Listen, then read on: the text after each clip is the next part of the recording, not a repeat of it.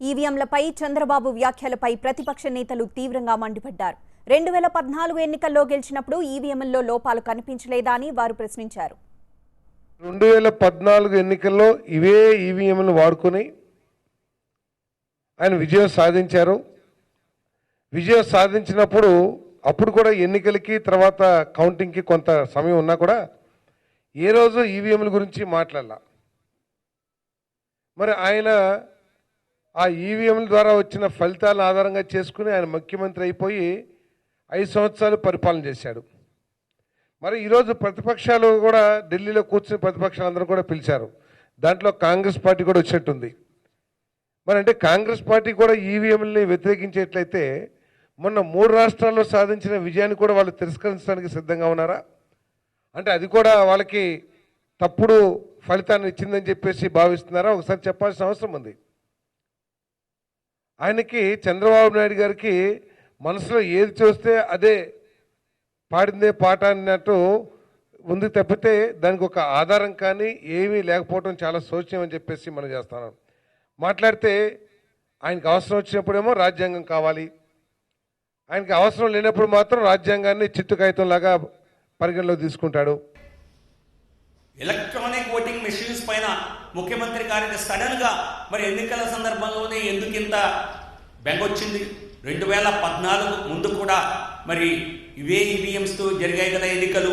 అప్పుడు గెలిచినప్పుడు మీరు ఏం ప్రశ్నలు లేవనెత్తలేదు. ఎలక్ట్రానిక్ ఓటింగ్ మెషిన్లో పారదర్శకత కావాలి అని అడిగిన వారిలో నేను కూడా ఒకటే. తప్పనిసరిగా పారదర్శకత కావాలి.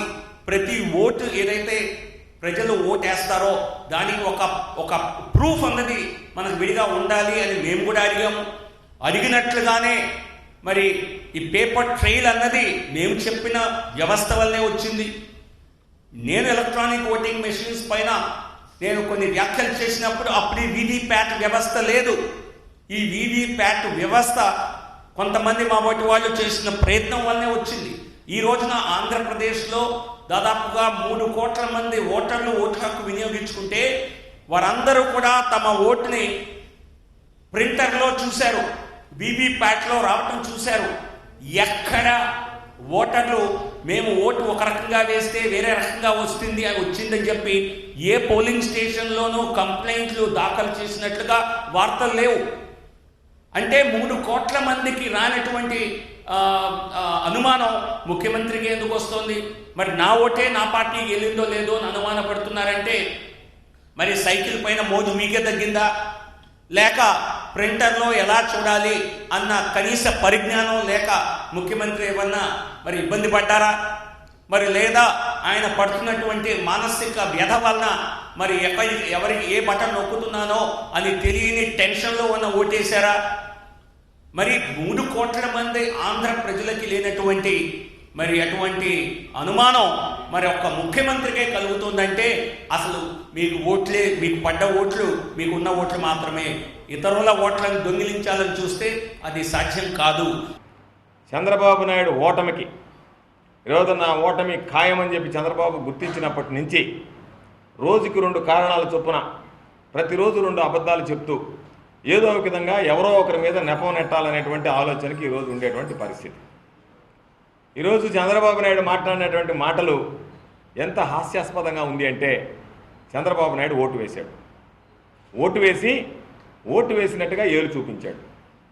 ఓటు వేసి వేలు చూపించినటువంటి చంద్రబాబు నాయుడు బయటకు వచ్చి ఎన్నికల కమిషన్ దగ్గర నా ఓటు నాకు పడిందా అనేటువంటి అనుమానం వ్యక్తం చేశాడు.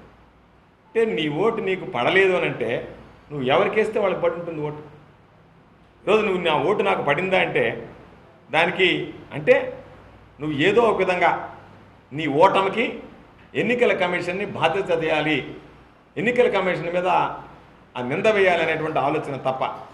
ఈరోజు చంద్రబాబు నాయుడు వాళ్ళకి ఏ విధంగా ఉందంటే ఆడలేక మధ్యలో ఓడన్నట్టుగా నీ ఓటమిని నువ్వు అంగీకరించలేక, నీ ఓటమిని నువ్వు జీర్ణించుకోలేక అధిక శాతంలో ఓటర్లు పాల్గొని తీర్పునిచ్చారు కాబట్టి నీ ఓటమి ఖాయమైపోయింది కాబట్టి దాని నుంచి బయటపడడానికి రోజుకు ఒక డ్రామా ముందస్తుగా పోయి మొదలుపెట్టినటువంటి పరిస్థితి. ఈరోజు ఓటమి అనేటువంటిది చంద్రబాబు నాయుడు చెప్తున్నాడు. 40 సంవత్సరాల అనుభవం, సుదీర్ఘమైనటువంటి అనుభవం, 40 సంవత్సరాల ఇండస్ట్రీ నాది పొలిటికల్గానని అటువంటి వ్యక్తి ఈరోజు 2014లో ఎన్నికలు జరిగాయి. 2014 ఎన్నికల్లో ఇదే ఈవీఎంలతో ఓటింగ్ జరిగింది. ఆ రోజు చంద్రబాబు నాయుడు ఇదే ఎలక్ట్రానిక్ ఓటింగ్ మిషన్స్ని ఉపయోగించుకొని గెలిచారు. దాని మీదనే ప్రజలందరూ ఓటేశారు, ఆంధ్ర రాష్ట్ర ప్రజలు. ఆ రోజు ఓటేసినప్పుడు ఖచ్చితంగా కనపడింది చంద్రబాబు నాయుడికి, ఏమి ఇబ్బందులు కనపడలే. ఈరోజు నీ ఓటమి ఖరారయ్యేటప్పటికీ ఈరోజు దాని గురించి మాట్లాడేటువంటి దౌర్భాగ్యమైనటువంటి పని. అంటే ఏ రాష్ట్రంలో లేని బాధ నీకు ఇక్కడికి ఏంటి?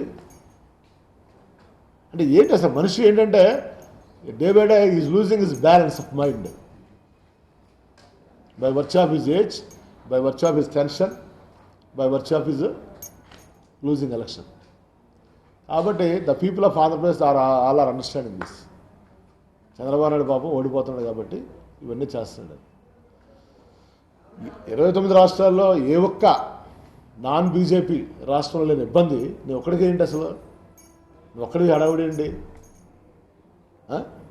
అంటే ఈయన చేసిన తప్పిదాలన్నీ కూడా ఆయన కేంద్ర ప్రభుత్వం దోషేద్దాం అంటే పీపుల్ విల్ బిలీవ్ us.